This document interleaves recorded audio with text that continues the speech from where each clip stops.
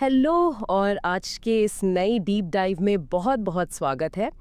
आज हम एक ऐसे टॉपिक पर बात करने वाले हैं जो जो सिर्फ किताबों में नहीं बल्कि हमारी रोज़मर्रा की ज़िंदगी के हर एक हिस्से में मौजूद है। बिल्कुल सही। केमिस्ट्री का एक बहुत ही फंडामेंटल हिस्सा एसिड्स, बेसिस और सॉल्ट्स यानी अम्ला, क्षारक और लवण। ओके, चलिए इसको अनपैक करते हैं और देखते हैं कि ये केमिकल्स हमारे आसपास कैसे काम करते हैं। हाँ, और आज की इस डीप डाइव का मिशन सिर्फ थ्योरी रटना नहीं है, बल्कि हमारे डेली लाइफ में मौजूद इन केमिकल्स के पीछे की असली लॉजिक को समझना है। अक्सर हम बस फॉर्मूलाज याद कर लेते हैं, पर सच तो ये है कि इनका प्रैक्टिकल अस्तित्व बहुत ही रोचक है। सही कहा। तो बिना किसी देरी के अब पहली स्लाइड की ओर देखते हैं जो हमारे सामने है। इस विजुअल में एक तरफ ताज़ा कटा हुआ नींबू रखा है और ठीक उसके दूसरी तरफ एक साबुन का झागदार टुकड़ा है और इन दोनों के बीच में एक ट्रांसपेरेंट बीकर रखा हुआ है। ये 3D विजुअल सच में बहुत ही शानदार तरीके से एसिड और बेस के बीच के अंतर को दर्शाता है। बिल्कुल। और मैं बता दूं, ये चैप्टर एक पूरा स्कोर बूस्टर है। इसमें एसिडिक, बेसिक और सॉल्ट प्रॉपर्टीज, उनके डेली यूजेस, पीएच स्केल, सब कुछ शामिल है। पर यहाँ मेरे दिमाग में एक डाउट आता है। क्या ये मटेरियल सिर्फ बोर्ड एग्जाम्स के लिए ही डिजाइन किया गया है? इंटरेस्टिंग सवाल है। पर इसका जवाब यही स्लाइड दे रही है। नहीं, ये एसएससी, जेएसएससी और बोर्ड एग्जाम्स में आने वाले डायरेक्ट हिट प्रश्नों के लिए तैयार किया गया है। और अगर हम ध्यान दें तो यहाँ एक लाल रंग का एग्जाम अलर्ट बॉक्स है। इस अकेले टॉपिक से जनरल साइंस सेक्शन में 4 से 5 सवाल निश्चित रूप से आते हैं। इसे मिस करना मतलब सीधे तौर पर सिलेक्शन से दूर होना है। एग्जैक्टली। चलिए अब दूसरी स्लाइड पर चलते हैं। यहाँ विजुअल सच में बहुत डायनामिक है। एक बीकर में पानी है और उसमें से चमकीले हाइड्रोजन आयन H+ आयन्स के बुलबुले ऊपर उठ रहे हैं, जबकि क्लोरीन के हरे रंग के कण नीचे बैठे हुए हैं। ये विजुअल एसिड्स की डेफिनेशन को परफेक्टली डिकोड कर रहा है। एसिड्स यानी अम्ल वो पदार्थ हैं जो जल में घुलने पर H+ आयन रिलीज करते हैं और इनका स्वाद सावर यानी खट्टा होता है। हाइड्रोक्लोरिक एसिड और सल्फ्यूरिक एसिड इसके प्राइम एग्जाम्पल्स हैं। पर यहाँ एक बहुत ही जरूरी लैब वार्निंग है। किसी भी एसिड को लैब में कभी चखना नहीं चाहिए। ये लैब के विलेन हो सकते हैं। ओह बिल्कुल, लैब सेफ्टी सबसे ऊपर है।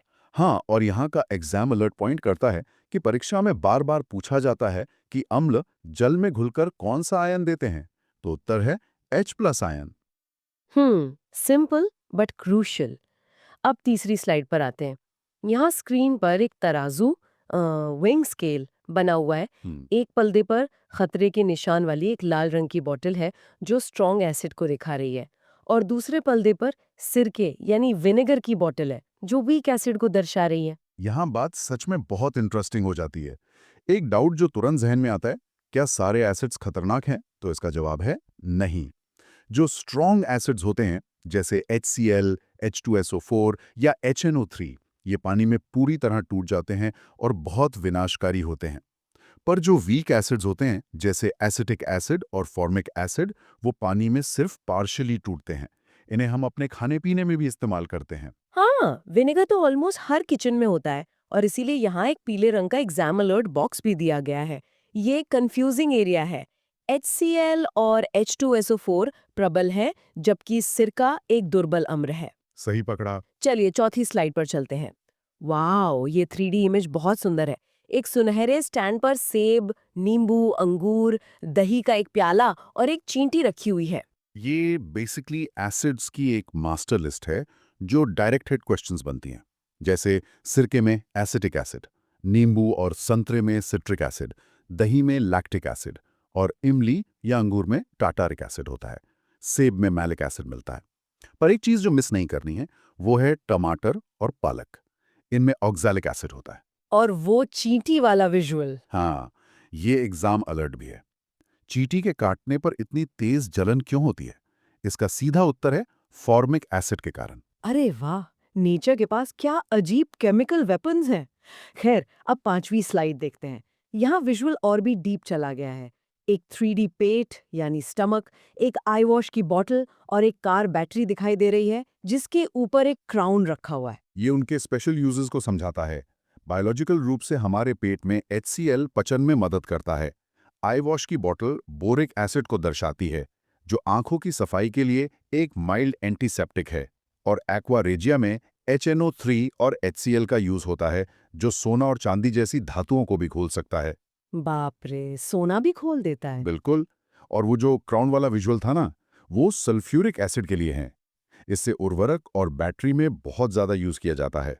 इस स्लाइड का एग्जाम अलर्ट बॉक्स यही पूछ रहा है, किंग ऑफ केमिकल्स किसे कहा जाता है? तो उत्तर है सल्फ्यूरिक एसिड, यानी H2SO4।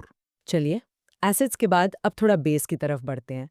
तो अब छठी स्लाइड पर मूव करते हैं। इस विजुअल में हमें एक साबुन का टुकड़ा दिख रहा है, जिसमें से OH- आयन वाले नीले रंग के बुलबुले निकल रहे हैं। हाँ, तो क्षारक यानी बेसिस जल में हाइड्रोक्साइड आयन OH प्रदान करते हैं। इनका स्वाद कड़वा होता है और छूने पर ये बिल्कुल साबुन जैसे चिकने महसूस होते हैं। Baking soda, milk of magnesia और NaOH इसके बढ़िया उदाहरण हैं। पर यहाँ एक बहुत बड़ा डाउट क्लियर करना जरूरी है। क्षारक और क्षार यानी बेस और अल्कली में क्या अंतर है? हाँ, ये टर्मिनोलॉजी काफी कंफ्यूज करती है। सच में बात यह है कि जो क्षारक पानी में आसानी से घुल जाते हैं, यानी सॉल्युबल होते हैं, सिर्फ और सिर्फ उन्हें ही अल्कली कहा जाता है। यही हमारा अगला एग्जाम अलर्ट भी है। परीक्षा में सवाल आता है, क्या सभी बेस अल्कली होते हैं? उत्तर है नहीं। केवल जल में घुलने वाले क्षारक ही अल्कली कहलाते हैं। परफेक्ट। तो 7वीं स्लाइड की ओर रुख करते हैं।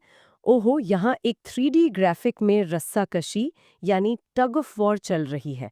एक लाल रंग की एसिड वाली रस्सी और एक नीले रंग की बेस वाली रस्सी आपस में बंधी है, और उनके ठीक बीच से नमक का एक टुकड़ा और पानी की एक बूंद टपक रही है। ये विजुअल न्यूट्रलाइजेशन रिएक्शन को बेहतरीन ढंग से समझाता है। जब एसिड और बेस आपस में टकराते हैं तो वो मिलकर सॉल्ट और वाटर बनाते हैं। और जहां तक लवण यानी सॉल्ट के प्रकार की बात है, अगर दोनों स्ट्रांग होंगे तो न्यूट्रल सॉल्ट बनेगा, जिसका pH 7 होता है। और अगर दोनों की ताकत बराबर ना हो तो? यही तो कैच है। अगर स्ट्रॉन्ग एसिड जीत गया तो एसिडिक सॉल्ट बनेगा, जिसका pH 7 से कम होगा। और अगर स्ट्रॉन्ग बेस जीत गया तो बेसिक सॉल्ट बनेगा, जिसका pH 7 से ज्यादा होगा। एग्जाम अलर्ट बॉक्स भी यही कंफर्म करता है कि सॉल्ट का नेचर पूरी तरह उस रिएक्टेंट पर निर्भर करता है जो रिएक्शन में ज्यादा स्ट्रांग होता है। और कुछ पटाखे या डायनामाइट रखे हुए हैं। ये विजुअल डेली लाइफ में सॉल्ट्स के यूजेस दिखाता है। पोटेशियम नाइट्रेट का उपयोग बारूद या पटाखों में होता है। सिल्वर ब्रोमाइड यानी AgBr black and white photography में काम आता है। फिर एक और नमक है, एलम यानी फिटकरी, जो पानी को शुद्ध करने के काम आती है। और एक नाम मैं यहाँ देख रही हूँ, लीड एसिटेट। इसे स्वीट सॉल्ट भी कहा गया है। सही पड़ा। पर यहाँ एक कॉमन डाउट उठता है, अगर ये मीठा है तो क्या हम इसे खा सकते हैं? इसका जवाब है बिल्कुल नहीं। ये बेहद जहरीला होता है। और हाँ, इस स्लाइड का सीधा एग्जाम अलर्ट है। फोटोग्राफी में किस लवण का उपयोग होता है? उत्तर है सिल्वर ब्रोमाइड। आगे बढ़ते हैं। 9वीं स्लाइड पर आते हुए यहाँ दो कांच के जार रखे हैं। एक में लाल लिटमस और दूसरे में नीला लिटमस पेपर डुबोया गया है। उनके पास एक खतरे का पीला निशान है और इंग्लिश लेटर B रखा हुआ है। ये नेचुरल इंडिकेटर्स यानी सूचक को समझने की एक शानदार ट्रिक है। एसिड खतरनाक होता है और खतरे का रंग होता है लाल, इसलिए ट्रिक है acid equals to danger equals to लाल। मतलब अम्ल नीले लिटमस को लाल कर देता है। और बेस के लिए B वाला लॉजिक? एकदम। Base begins with B and blue begins with B.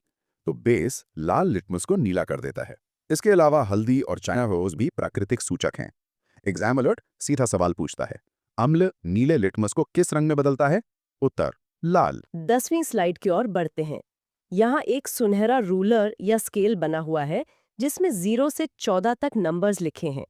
ये एक लहरदार धागे को नाप रहा है, जिसके ठीक बीच में नंबर 7 पर न्यूट्रल लिखा है। ये हमारा फेमस पीएच स्केल है। इसकी खोज 1909 में पीएल सोरेनसन ने की थी। 0 से 7 तक एसिडिक, 7 न्यूट्रल और 7 से 14 एल्कलाइन।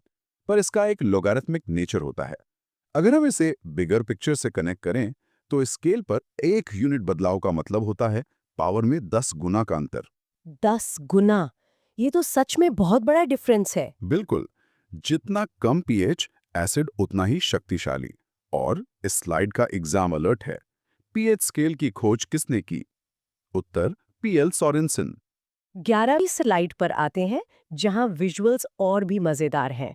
यहाँ खून की एक लाल बूंद जिसके साथ 7.4 लिखा है, दूध का एक ग्लास और आधा कटा नींबू 3D रूप में हवा में तैर रहे हैं। ये सभी एग्जाम हॉटस्पॉट्स हैं जिन्हें अच्छे से याद कर लेना चाहिए। मानव रक्त का पीएच 7.3 से 7.5 के बीच होता है, यानी ये हल्का क्षारीय होता है। शुद्ध पानी 7.0 पर होता है। हमारे पेट का एसिड यानी जठर रस 1.7 पर है, जो बेहद प्रबल है। नींबू 2.2 पर है, दूध 6.9, समुद्र का पानी 8.5 और मिल्क ऑफ मैग्नीशिया लगभग 10.5 पर। यहाँ अलर्ट किस चीज पर है? अलर्ट सीधा हमारे खून पर है। मानव रक्त का पीएच मान कितना होता है? उत्तर है लगभग 7.4। चलिए 12वें स्लाइड पर आते हैं। ओह, ये थोड़ा गंभीर विजुअल है। काले बादलों से ताजमहल पर बारिश हो रही है और ताजमहल का आधा हिस्सा पीला पड़ चुका है। ये अम्लीय वर्षा यानी एसिड रेन का विजुअल है। जब फैक्ट्री और गाड़ियों का धुआं SO2 और NO2 गैस पानी के साथ मिलता है तो वो सल्फ्यूरिक और नाइट्रिक एसिड बनाता है। स्टैंडर्ड ये है कि जब बारिश के पानी का पीएच 5.6 से कम हो जाए तब उसे अम्लीय वर्षा कहते हैं। और उसी का नतीजा ये मार्बल कैंसर है ना? हाँ, ये ऐतिहासिक स्मारकों, पौधों और पानी में रहने वाले जीवों को भारी नुकसान पहुंचाता है। एग्जाम अलर्ट भी यही पूछ रहा है कि ताजमहल के पीले होने का मुख्य कारण क्या है? उत्तर है एसिड रेन। 13th स्लाइड पर मूव करते हैं। एक 3D विजुअल है जिसमें एक शीशी है जिसमें लाल लिक्विड भरा है।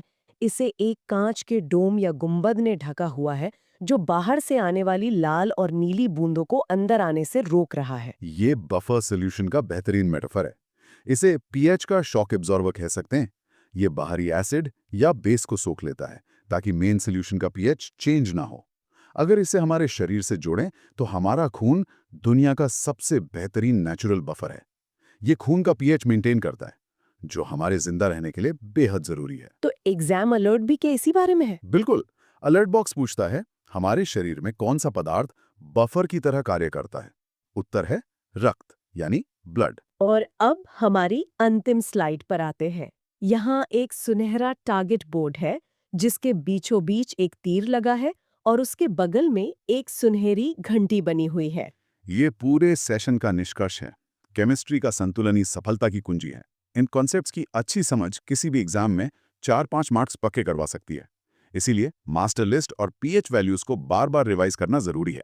इस स्लाइड के आखिर में इस प्रेजेंटेशन के क्रिएटर्स मेजर टारगेट चैनल को लाइक और सब्सक्राइब करने का संदेश भी दिया गया है ताकि ऐसे मटेरियल आगे भी मिलते रहें। हाँ, और आखिरी एग्जाम अलर्ट बॉक्स कहता है कि अगली क्लास में मिलते हैं एक और हॉट टॉपिक के साथ।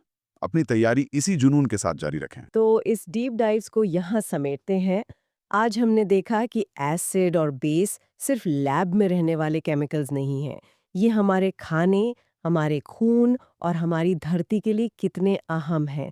पर जाने से पहले एक विचार छोड़ना चाहते हैं। हाँ, हमने इस स्लाइड में देखा कि हमारा खून एक लाजवाब बफर है जो पीएच को 7.4 पर लॉक रखता है। लेकिन जरा सोचिए, जब हम इस आधुनिक दुनिया में लगातार बहुत ज्यादा एसिडिक जंक फूड या कोल्ड ड्रिंक्स का सेवन करते हैं, तो हमारे शरीर के इस नेचुरल शॉक अब्जॉर्बर को वो संतुलन बनाए रखने के लिए कितनी भारी कीमत चुकानी पड़ती होगी। ये वाकई एक ऐसी बात है जिस पर गहराई से विचार करना चाहिए। केमिस्ट्री हमेशा अपना बैलेंस ढूंढती है। इसी विचार के साथ आज की डीप डाइव से हम विदा लेते हैं। विज्ञान को समझते रहिए और अपनी जिज्ञासा हमेशा जिंदा रखिए।